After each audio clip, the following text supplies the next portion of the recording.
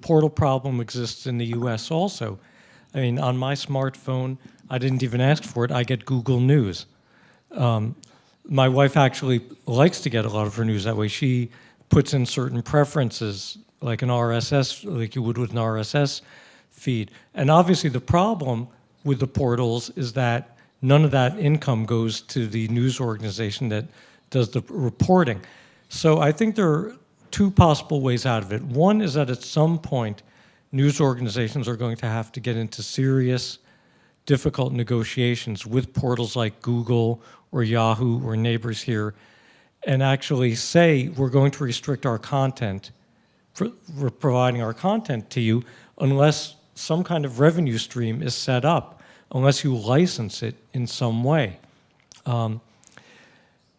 Because it just can't be that all the advertising dollars go to the portal because that's where the eyeballs are, but what brought the eyeballs to the portal was the work that the journalists on the news organization did, and their news organization isn't making that revenue.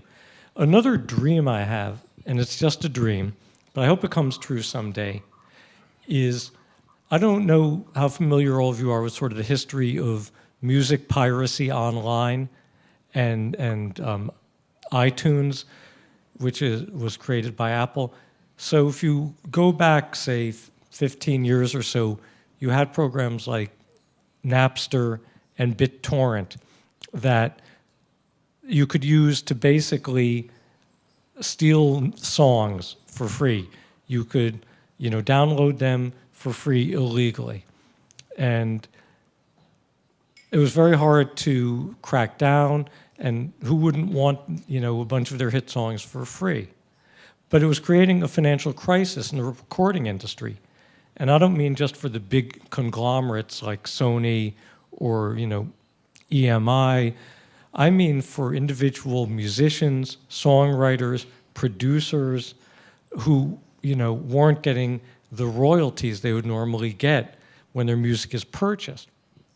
And so what Apple came in and did is create iTunes, which is basically this interface, and they worked with the recording companies to license songs, or whole albums in some cases, to iTunes.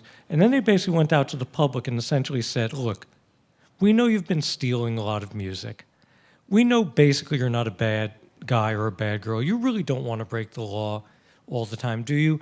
If we could set up a way that's not that expensive and you could get your music for a moderate price and be obeying the law, wouldn't you rather do that? And basically it worked.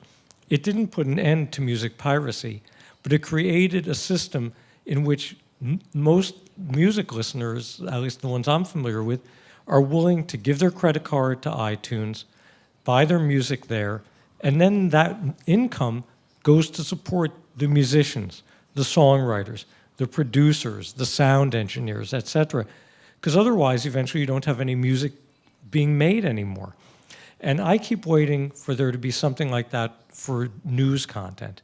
Because I recognize what's very different, and this goes back to my idea about the department store model. If most people like my children's age, they're like your age, they're 26 and 24, they don't think of walking into a department store called the New York Times or Rolling Stone or Vogue or Sports Illustrated the way I used to do. They think of searching for news coverage on a specific thing. I want to see a story about the California wildfires. I want to see a story about, about the Chinese Party conference. I want to see a story about the FIFA championship. They don't care particularly which one it is. So I think we need to create a site, and maybe one of you will be the person to invent it and get rich, I hope so, in which, just like on iTunes, you can search anything you want.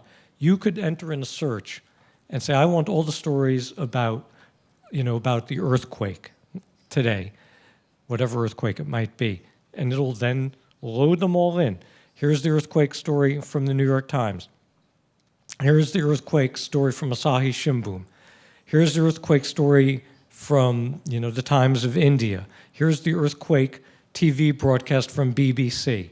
Choose whichever one you want to buy, click on it, pay 25 cents or whatever, and then at least you're creating a revenue stream, and you're also kind of educating consumers to behave in a different way. I don't think it's fated that consumer behavior has to always be, let me see where I can get it for free. I think but it is a market question. It's what's the price point that someone would be willing to pay, and it's a technology question of how can you make it easily accessible so it's not onerous to find it. But that's my other hope.